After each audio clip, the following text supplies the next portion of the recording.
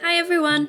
As Food and Wine Festival's about to start again at EPCOT, we thought we'd have a look back at our experience from 2022. We managed to try a lot of the different food and drink offerings at the festival, and we'll share our ratings, review, and if we thought it was worth the money or not. We started our day at the Kenyan Booth, where Dane tried the Kenyan Coffee barbecued beef tenderloin. He really liked this one. He didn't think it tasted too much of coffee, but the zesty coleslaw was the star of the show. It started off very strong, and this ended up being one of his favourites of the entire day.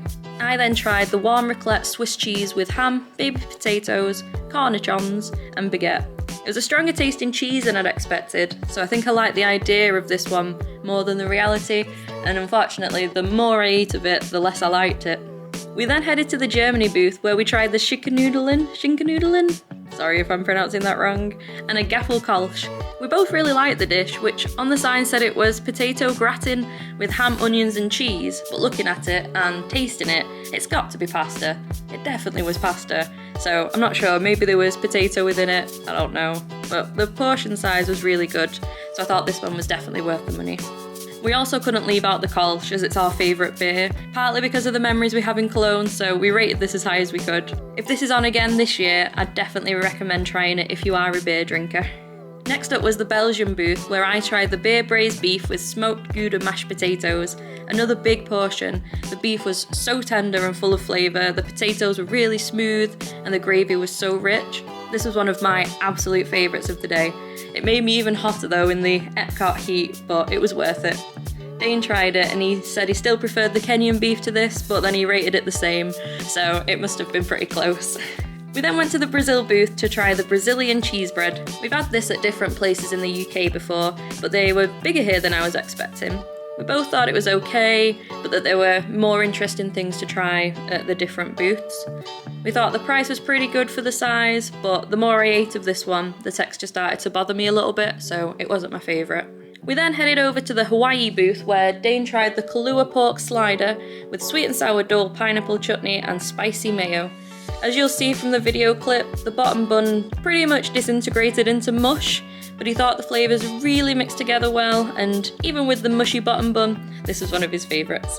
After that, we went to the mac and eat stand, and I got the traditional mac and cheese with herbed panko breadcrumbs, and Dane got the cowboy mac and cheese with smoked pork belly, brisket burnt ends, pickled peppers, onion straws, and barbecue aioli. I enjoyed mine, but it was nothing special really. It is just a standard mac and cheese, but that's what you get when you order the standard mac and cheese, I guess. Dane really enjoyed his, and it made me think maybe I should have tried that one too, but at the time I thought there was a little bit too much going on with it. At the Earth Eats booth, Dane tried the Impossible Burger Slider with wasabi cream and spicy slaw in a sesame seed bun.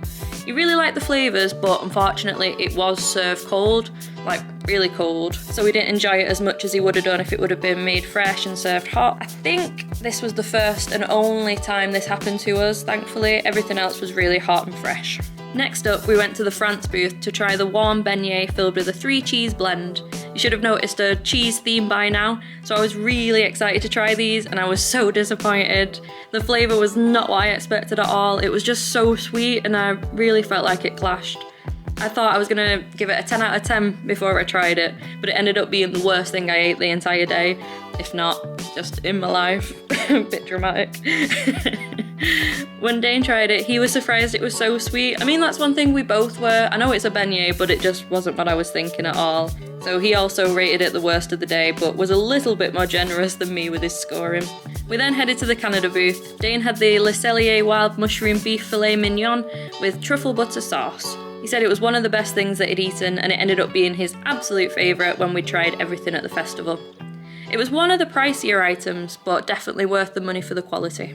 I'd been looking forward to the Canadian cheddar and bacon soup all day, and we left it till last as we'd hoped that the temperature would have cooled down a little bit. The idea of having hot soup in 30-odd degree heat was feeling a little bit crazy. It was served with a soft pretzel roll, and I loved it. It lived up to all my expectations, and it was just so flavourful and creamy, and again, it was my favourite at the festival too.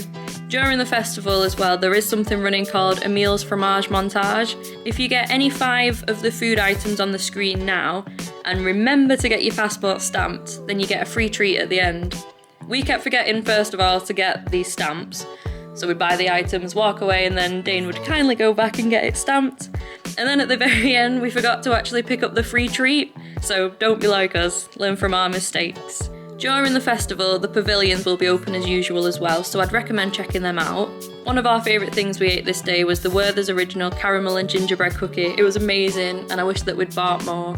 I wish I had one right now, in fact, just looking back at this. Another thing to mention was we couldn't really find a lot of shade around EPCOT, so I'm glad that I brought my umbrella and my fan so that we could just sit wherever we wanted and enjoy the day and not be worried about just melting under the sun.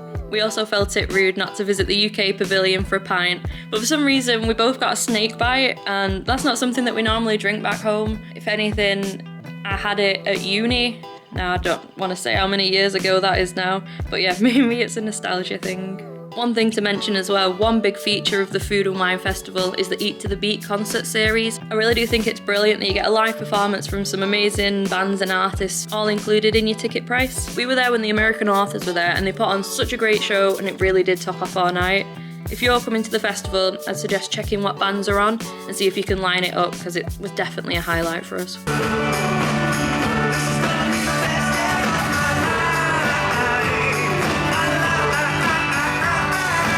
We loved our visit to Epcot's Food and Wine Festival. This was actually our first ever visit to Epcot, and I can't believe we'd missed out on it for so long. Pretty much everything we tried was brilliant. For theme park prices, I thought it was pretty reasonable, and most of what we ordered, the portion size was really pretty good for the money.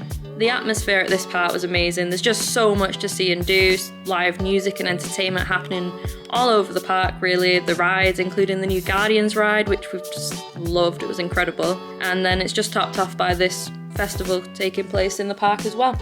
We had the most amazing time, and it's such a pretty, well-themed park. We definitely want to come back. If you did enjoy today's video, please do give us a big thumbs up and do subscribe to the channel for our future videos as well. Thanks for watching. Bye!